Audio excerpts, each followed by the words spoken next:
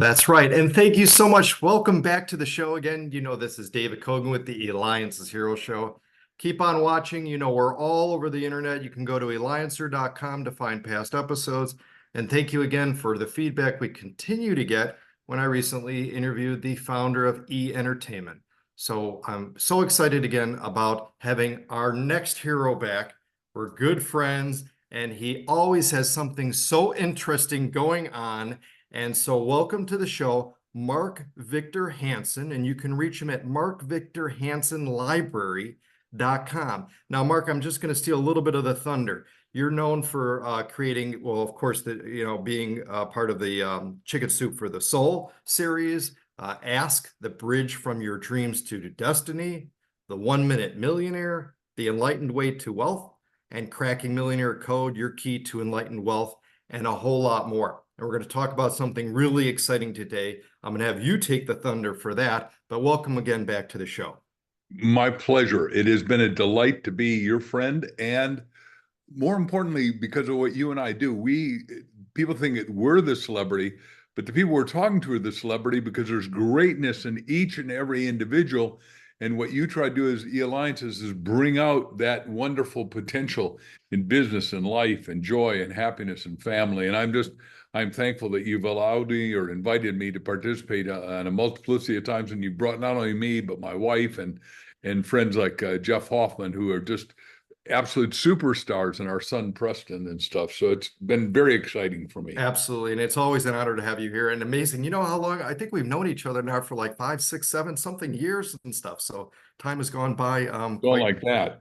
quite a lot. So uh, I think this one's going to be a very important topic because one of the things I know is we always, as you get older, one thinks about a legacy, right? A legacy. What will they leave?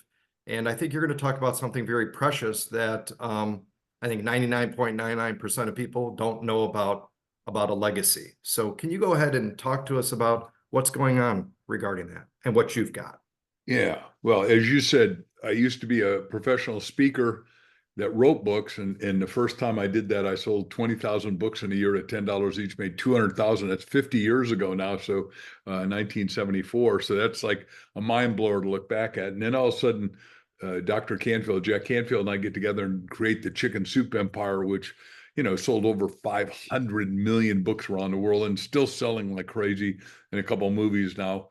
And then we sold the company about a decade ago, a little longer. And then suddenly we had this crazy thing called COVID hit.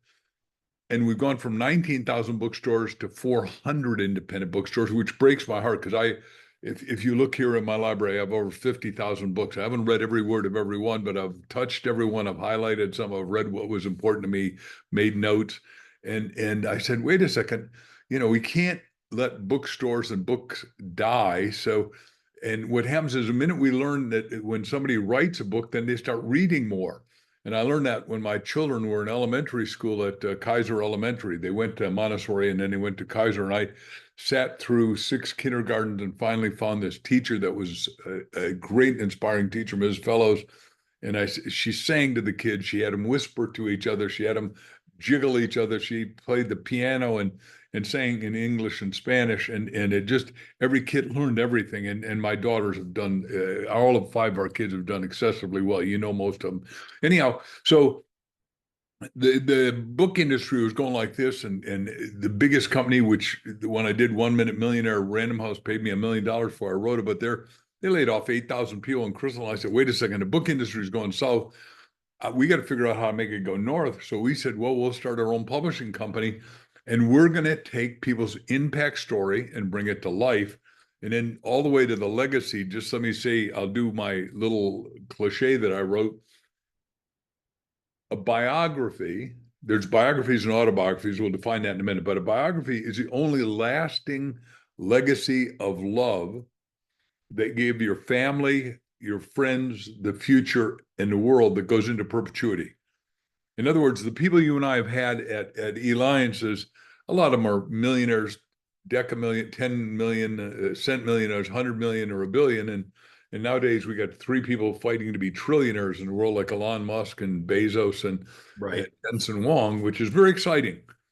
But if you left all that money to people, what happens is in 3 generations, it's almost always gone. Wow. Rarely is it not gone, with the exception of Wow. Rockefellers and Andy Carnegie, my hero, and a few other people, which we'll talk to if you want. The point is, if you write your biography, you do 5 things. First of all, you tell them what your values are, then your principles, your philosophy, the trials and tribulation, because if somebody just gets money, they squander it. They're called trust key kids. But most importantly, what are your expectations? And let me just give you that in a nutshell. Yes. I want everyone to go to Andrew Carnegie's 2 houses, one in Scotland, where we'll be going shortly. One of my friends has just bought it, 30,000 acres, which is sort of a mind blown. We're writing his biography. And the one in New York is easy access, costs $5 to get in. It's owned by the Smithsonian. But here's a guy with a 3rd-grade education that became the richest man in the world. And the first line he writes is auth in marble on the ceiling. He had 60 quotes that he did, but authors are the wealth of the nation. Now, I'd change one word, of course, authors are the wealth of the world. But the point is, he really liked authorship. Number 2, because said, no man or woman can get rich without enriching all others. Mm. Well, isn't that good? That's powerful. But what That's he did is powerful. he started, I call him Library 2.0. Library 1.0 is obviously Alexander the Great. I mean, he put all the collated information of the whole world on Alexandria, Egypt, which is one of the places we're going to go to when it's safe and there's not a war going on in the Middle East. But number 2 is Andy Carnegie. He said, I'll spend the first half of my life making the money, second half of my life giving it away, do the most good. What did he give us? He gave us 4,852 libraries in America and then more around the world. But he said, to have a real legacy, remember this last thing, what are your expectations of your kids? For them to be heirs, H-E-R-R-S, right? Some people don't know that word. That means they're the kids, right? Or Right. great-grandkids. Right. They have to increase the amount of books in the library by 10% a year. They got to increase the amount of members coming in by 10% a year. And then he went on and on and on. But you get the message. I You do. don't, you and I know business works. If you're growing, you're thriving. If you're stopping, you're dying. Right. So how does it work then? To the fact is okay, you know, everybody's so busy. They don't have the time, the patience to go about, writing something, writing a book, writing a biography. And of course, if they're not experts like you in regards to writing and publishing and all the things that it takes to do that and get it printed and everything, right, even from the cover and all that, how do they get that done? Ta-da! That's where we come in. We started as a ghostwriting company. As you know, I went bankrupt in 1974. I built the Wall Street Racket Club in New York City and houses and botanical gardens, all kind.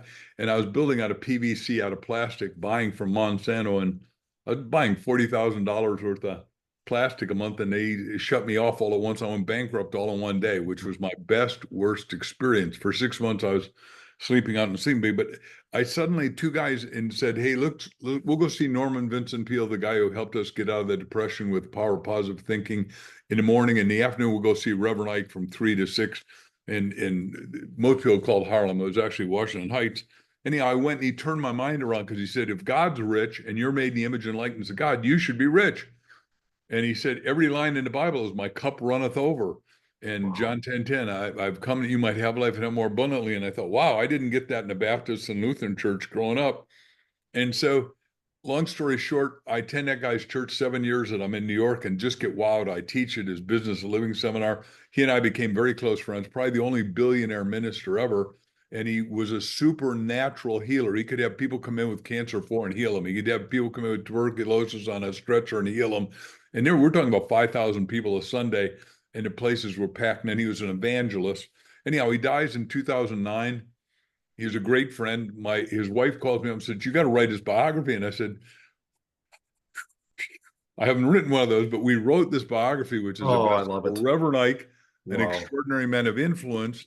And Psalm 72 says unequivocally, you're here to be an influencer of influencers. Isn't that a great line Solomon wrote? An influencer of influencers. So obviously he influenced me to get rich.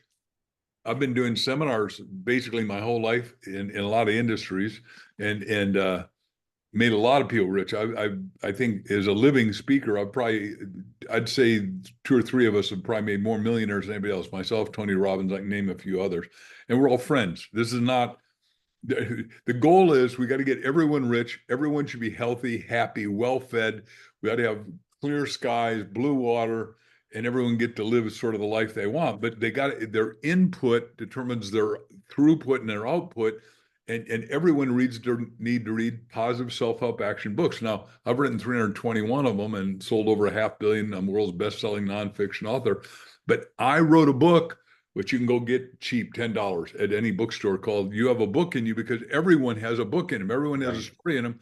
All we do, in answer to your question, I know that's a big circle I've done, but is we ghostwrite your book. We interview whoever it is and ghostwrite their book. And let me just go, can I bumble Please, on one please. sentence And more? just real quick, you're watching, listening to me, David Cogan, host of the Eliances Heroes Show. Make sure that you go to eliancer.com, or in fact, you can go to eliances.com and click radio. That's ELIANCES.com, the only place where entrepreneurs align. And we have with us again, Mark Victor Hansen. You can reach him at markvictorhansenlibrary.com. Once again, that's markvictorhansenlibrary.com. And we're talking why everyone ultimately needs to have a biography written. And he's explaining why and how the process works. Because again, imagine having to write your own. I mean, the time that it would just take and do all that. So just real quick though, from what I understand them, you said you interview them. What, because people are looking at it too, is okay, can you explain a little bit more about how that process works? And I think the thing is how long is the process? Like, because someone's looking at, okay, I may not have 6 months to go ahead and do and spill everything about my whole life. I hope they're going to live more than 6 months. If they don't, let's have them talk fast. Right. I'm sorry. And the other thing too, Mark, is at what point or what age or what thing is there that somebody should do something like this? Because you do never know. You asked three phenomenal questions as always, David. And first of all, I want to put a pitch in. If you're not an entrepreneur, we're going into rough times economically worldwide. Decide to be an entrepreneur. And David at Eliances teaches, find a problem. And there's a lot of them. If we get 8 billion people, there's 8 billion problems. Solve the problem, scale it, make a fortune, and be excessively charitable. So earn a lot, save a lot, invest a lot, and become irresistibly charitable. Okay, back to your three questions. Number one is if I could do it over again, and I've had the greatest life with my ups and downs, you ought to write a new biography every 10 years because you're a new person in 10 years.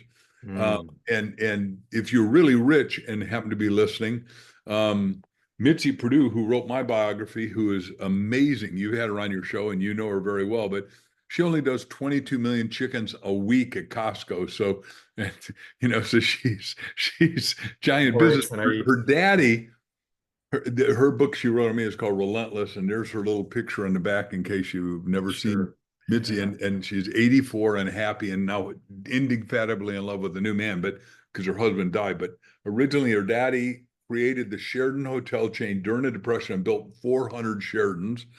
So she's the only double heiress in America. Then she meets this guy, Frank Perdue, and he says, I think I can trust you. And it's the greatest love story ever. And she wrote his biography, her dad, Ernest Henderson's biography, and now my biography, because she said, you're the most interesting character I've ever met. I said, I am. And she's a great friend with Crystal and I. And she wrote it, but her family will not let anyone be an heir, an HEIR again, to the finances of the estate unless starting at age 40, they write a biography every decade, which I think, wow, what a cool idea, because we change in a decade and you need to hand it down over the years of what you thought, felt. I mean, if you look at the Bible objectively, just as a book of history, it's 66 authors that told their story of how they related to God and how God related to and through them and how they accomplished greatness. But it's actually, I happen to love the Bible, and I did obviously a Bible that we sold 70,000 a week called Chicken Soup with the Soul Bible. And we did little stories to get in the big story, but we did it so it'd be non-threatening with tan pages and the little colorful stories. It still sells like crazy. The point is that we need to capture the story of your life.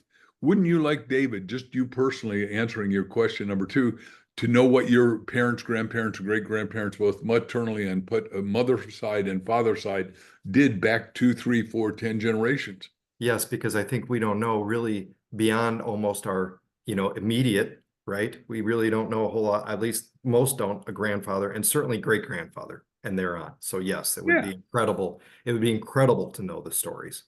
Yeah, I mean, by the way, because I'm now a biographer full time, Chris and I are writing, helping people write their fiction, nonfiction, and then biography or autobiography, and we are doing phenomenal. So just give an example. This thing you said about time is one of the questions. Is it? I get called by John Paul DeJoria, who you've had on your show, and JP and I have been friends 30 years. We both won the Horatio Alger Award for Distinguished Americans, where you get a gold medal in the U.S. Supreme Court by Judge Clarence Thomas. Very exciting. And Mhm. and I've been to several of his houses around the world. But JP calls me from a ship in Greece where he's traveling. This is like 2 years ago with Robert Kennedy Jr. was on his yacht, as it turns out, in his Greek Isles. And he calls and said, "Hey, look, I'm done with my book. Can I send it to you and you endorse it?" And he sent it to me and it had 19 pages. I What? said, Uh, I said, JP, you and I are a long, long, long time friends. right, I told you to write a book, but this is not a book. He said, right, "Well, I gosh, told my story." I said, "You told this much of your story. right, Let me interview you." And then, so in answer to your question, we not only interview JP at depth, but we also interview all the 40 people that he works with, his three kids, his Mhm. wife, his suppliers, the guys that helped him, the guys that sued him. We do the whole gamut, the good, the Wow, bad, and the ugly. wow, And let me just do his story in a nutshell, because this is the greatest giver alive in America today. very interesting, He that came from nothing, right? right, And you got to tell Mhm. me if we got a break for a commercial, but JP is selling, knocking on doors and selling encyclopedia door to door, as you know, as a kid. He's 21 years old, has a 4-year-old already, so obviously he was early married, and he grew up in a broken home and all that stuff. But he's going up the stairs and coming down the stairs as his wife said, "Throw me the keys. There's a note on our little John Anthony baby, who's still alive and runs one of his companies now as a big guy." But he gets up and he reads the note, and the note says, "I'm out of here permanently. You'll never see me again. I've emptied the credit cards. I've emptied the bank accounts. I now got the keys to the car. I'm adios." I get What? goosebumps. This is a chicken soup story. Oh my Now God, he has nothing but a motorcycle, a little beat up old breaking down motorcycle. He takes little John Anthony. He goes, he is not a Hell's Angel, but he knows these guys and goes up to Griffith Park in LA, where I've been a lot of times. It's a beautiful place, and goes there, and they not only feed him, but the Hell's Mamas take care of the baby. And now he's got to go on steroids and work and make money. But long story short, he starts Paul Mitchell Hair with a lovely, lovely man who anyhow, I won't take you through that part of the right, story. yes, But yes, they got 37,000 beauty salons in 132 countries. He's done it into a trust 365 years in advance. Brilliant.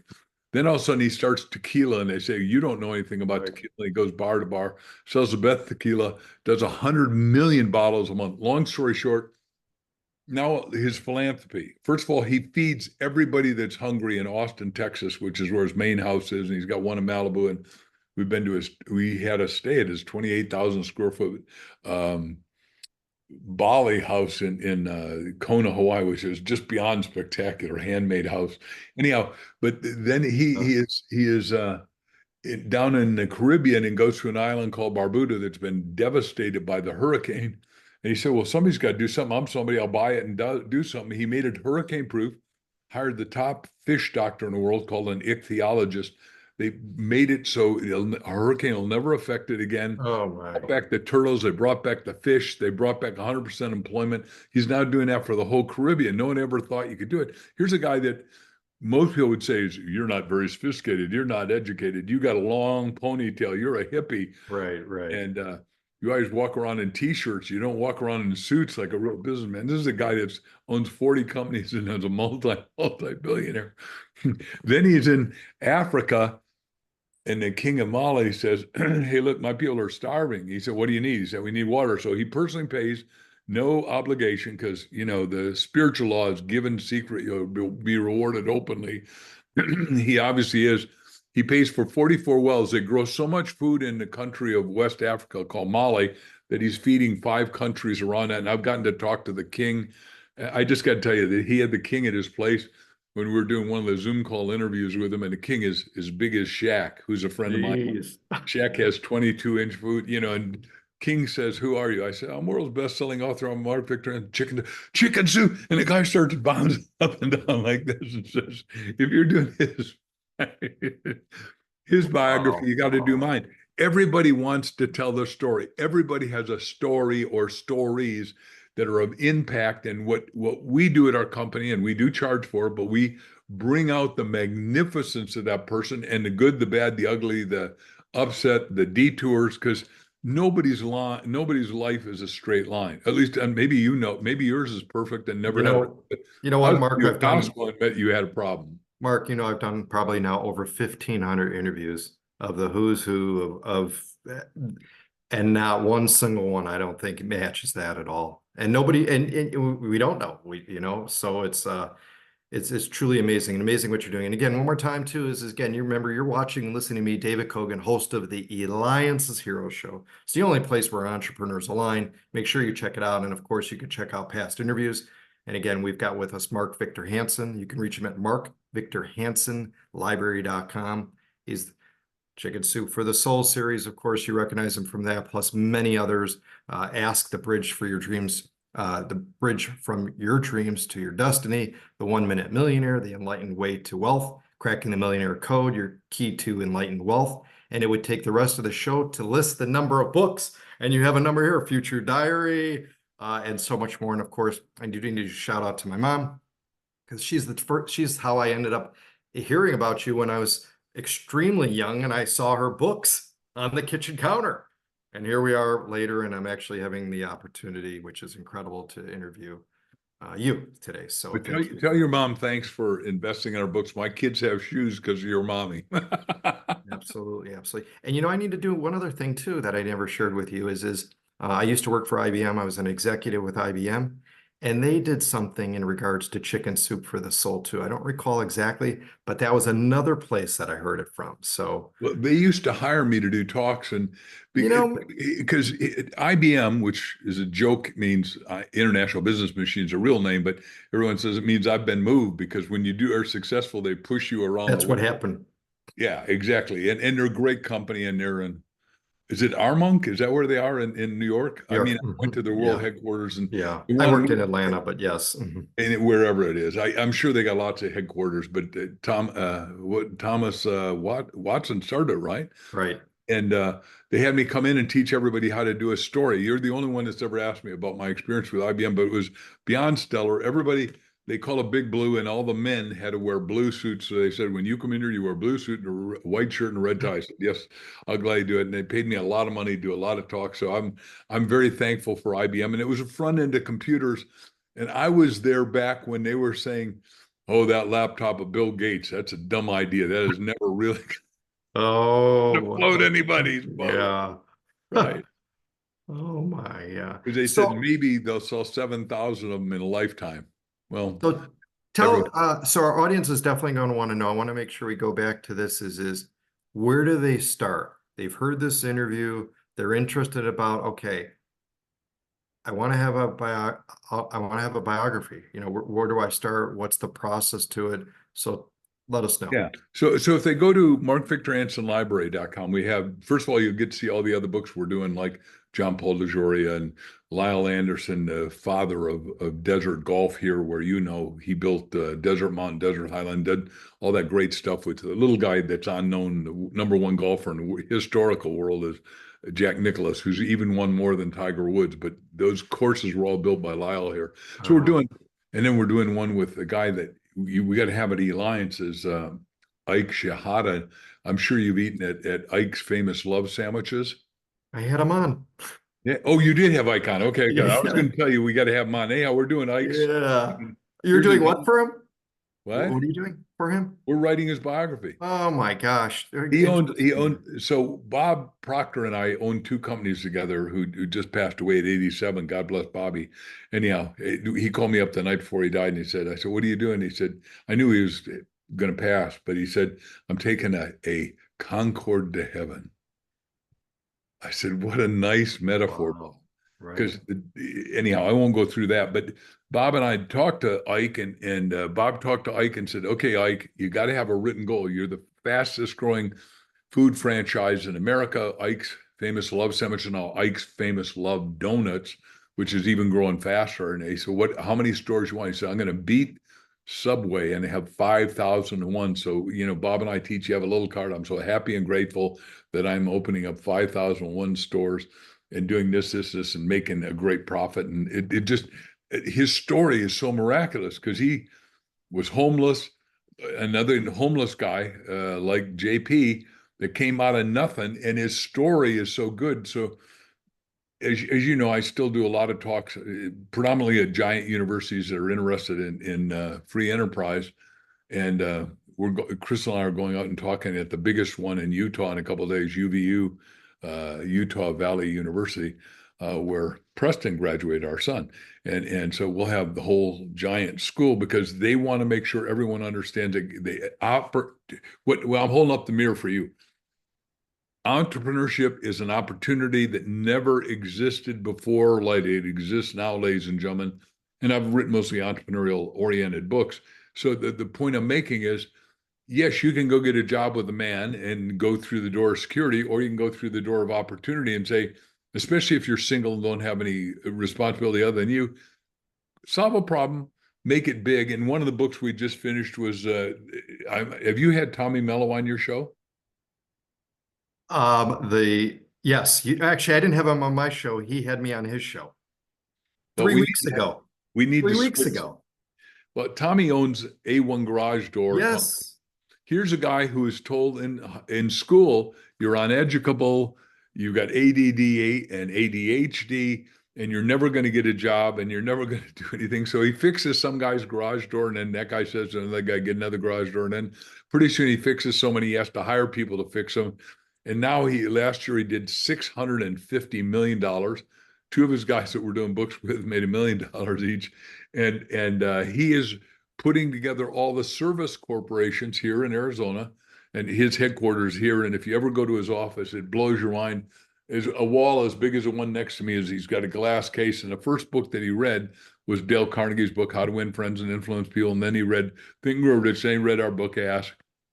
And then we wrote his book with him called Elevate, because he wants everyone to elevate their awareness and not get stuck in somebody that is a naysayer. Every one of us, I'd love you to diss what I'm about to say, but every one of us gets beat up and says, you're stupid, you're dumb, you're incompetent, you can't do it, you're not smart enough, you can't build a business, you can't go here, you can't marry that kind of woman. Whatever the negative is, the world is, I believe, 90% negative. And if you read any of the newspapers, they're all negative, basically. And so your show, Alliances, is so critical because Zig Ziglar would say it gives you a checkup from the neck up, because from the neck up that you go up. And guys like Tommy is, and by the way, ladies and gentlemen, well, that name sounds weak. This guy's big, strong, exercise hard every day. He is. He's solid. Is. He's a solid muscle, and I did all the interviews with him for the Napoleon Hill Foundation. I can promise you, mentally, he is totally solid, because when you decide to make a difference, your mind clicks, your 18 billion brain cells go beep, beep, beep, beep, beep, beep, and you get focused in a passionately purposeful direction. Everything happens. And since we wrote his book, I think he's brought us 3 or 4 other of his peers to do books. We're doing one on plumbing now, because here's what Crystal and I believe, and I think you'll believe it too. Half the people that go to college should not go to college. They should do service industries, whether it's plumbing, whether it's HVAC, air conditioning and heating. I don't want to use the abbreviations because some people around the world won't know what that is. Garage doors. Who'd ever think you could become a billionaire selling garage doors? Right. And then, let me do one more thing about Tommy. So Tommy says, look, the garage doors break too much, the spring.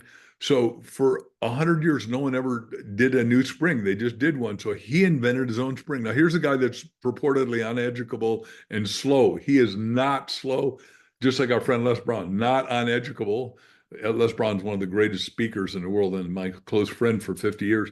But he builds a new spring that guarantees. So he does your garage door for you, David, and it's guaranteed for 20 years. Not 1 year, not 2 years, but 20 years.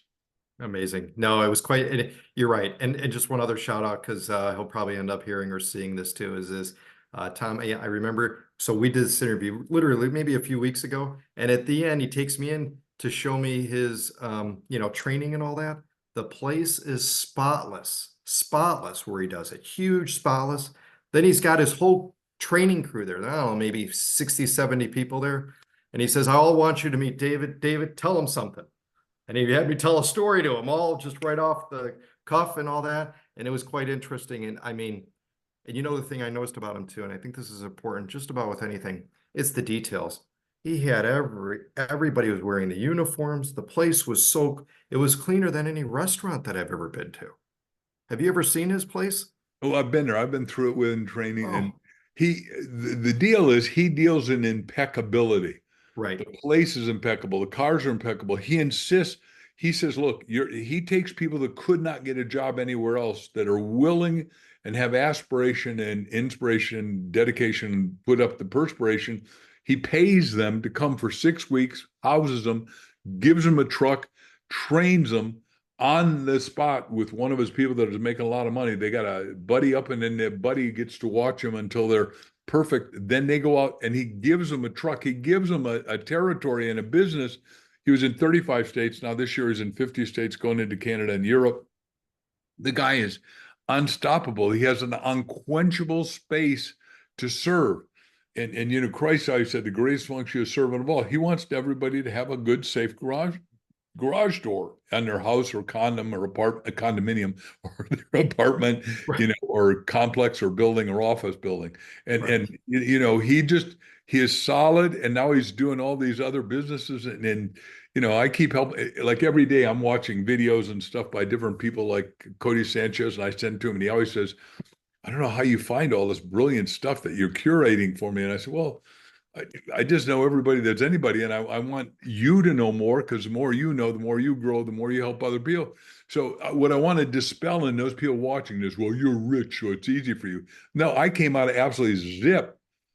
Marky here has paid for his own clothes since he was 9 years old, because my parents they're Danish immigrants that didn't speak English. They didn't know, there was no ESL, English as a second language. I had to, and my brothers, we all had to work. I was taught work ethic, and I'm 76. I don't need to work. I'm financially, my future days are paid for, I promise you.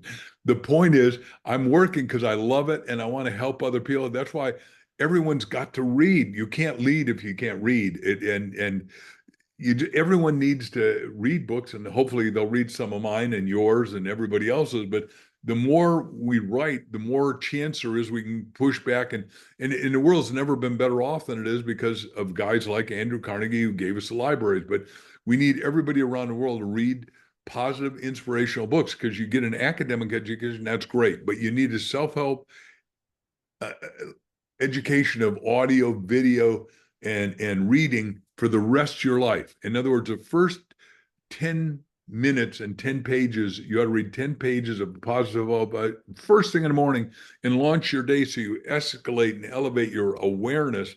And as you do, your life's going to click. I promise you. When I stopped reading the New York Times and all the bad news fit to print, and I started reading positive self-help action stuff, my life for the last 50 years has been pretty much vertically up. Not that I hadn't had hiccups, but overall it's up.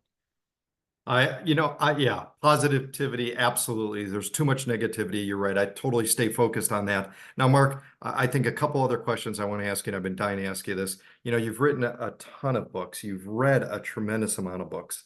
Of the books that you've written, if there was, again, hypothetically, there's a fire, you're only able to pull one of your books out, which book would that be? And I know it's The probably, book my wife and I wrote is critical for everyone right now for 3 reasons. Number one, it's ask, like you've said again and again, the bridge from your dreams. Everyone's got dreams. Last night we had dinner with a billionaire, and he said, I live in my dreams. The bridge from your dreams to your destiny. Everyone was coded at birth with a destiny. I don't know what your destiny is. I'm going to tell you how to get it in 1 second, but we only cover 3 things. You can only ask 3 channels. You ask yourself, you ask others, ask God. Ask yourself, others, and ask God. That's it. There's no other channels. And the way you get in to find out what your destiny is, if you don't know, and I'll tell you what mine is in a second, but you 101 times before you go to sleep at night, after the phone's off, the kids are stopped, the dog's not barking, it's dark, quietly in the quiet of your mind, because that's when the mind is most programmable, you say, God, what's your destiny for me? God, what's your destiny for me? God, what's your destiny for me? God, what's your destiny for me? In the middle of the night, you're going to wake up. Make sure you got a pen and paper next to the bed and write it out. Get your little butt out of bed and write it down. Because when God comes through, you say, oh, I'll remember in the morning. You won't remember in the morning. You say, man, I had the best idea. I know I'm supposed to do this. I mean, I knew I was supposed to be a professional speaker. I knew I was supposed to be a writer. I knew now I was supposed to be I'm probably the fast growing publisher in America, because the people go to New York to get publishing. And Jack and I got turned down by 144 people. And then finally, a little HCI, Health Communications, said, well, we'll buy it, but you guys got to buy 20,000 books at $6 each. That's $120,000, right? And if we went home to our wives and told them what we signed up for, they'd go, ah, Right, right, hung us, right? So, and that's why, everyone gets rejected going to New York almost, unless your name's Joe Rogan or something. And I don't think he's got a book out yet. I want to talk to him. But Mark, how many people would quit after the first one that said no, or the second? And most, certainly by the fifth time, they're done. They're yeah, done. yeah. But And how then do you keep we it then? wouldn't How have do a you keep light it? bulb without 10,000 experiences, Well, which, then how do you mentally keep being able to do it? How do you, to go on past the 5, past the 6, past the 7? If all of these people are saying no, there's got to be a point where you start questioning yourself. Maybe this isn't fun. well, two answers. Number one is we do a clean 4-letter word. We say NEXT, next, because there's always out there someone who will fund you, buy it, and move it. And Jack and I were talking. We had 2 marketplaces. I owned a business marketplace, still do, or some part of it. And Jack owned the educational marketplace. He'd already written a book and sold a lot of copies of 101 Ways Build Self-Esteem in the Classroom. And Jack's third in his class at Harvard. He's a superstar, no question about it. But he's shy. He's introverted. He's an inside guy. I'm the outside guy. I'm the marketing sales guy, and I've been selling, like I said, since I was 9. Sold the most greeting cards ever in America at 9 years old, because I wanted a bicycle, because my parents couldn't afford a bicycle, and I wanted it. And I visualized, I had a picture on the wall every night, and like this 101 times, I'd see myself bicycling, and being what's called a Windy City wheelman, which I obviously was, and won a lot of long distance races long, long ago. That's not today. Anyhow, so that's number one. And number two is, if you got a white hot burning desire, you will burn through all the negativity, burn through all the rejection. And the place you got to hold your desire as white hot as in your head. And then you got to just find one other person. 1 and 1 equals power of 11. And nowadays it's obviously my wife, who I call the goddess of exquisiteness, Crystal. She and I do everything together and move as one. We are 2 hearts with one major soul. Amazing. And people say, well, you're a formidable couple. And now our little company is, yes, we're writing books, but within 5 years, you're going to see we're going to be a giant entertainment company. And the first story in here, which, because I know you've read this, is a fable of Michaela.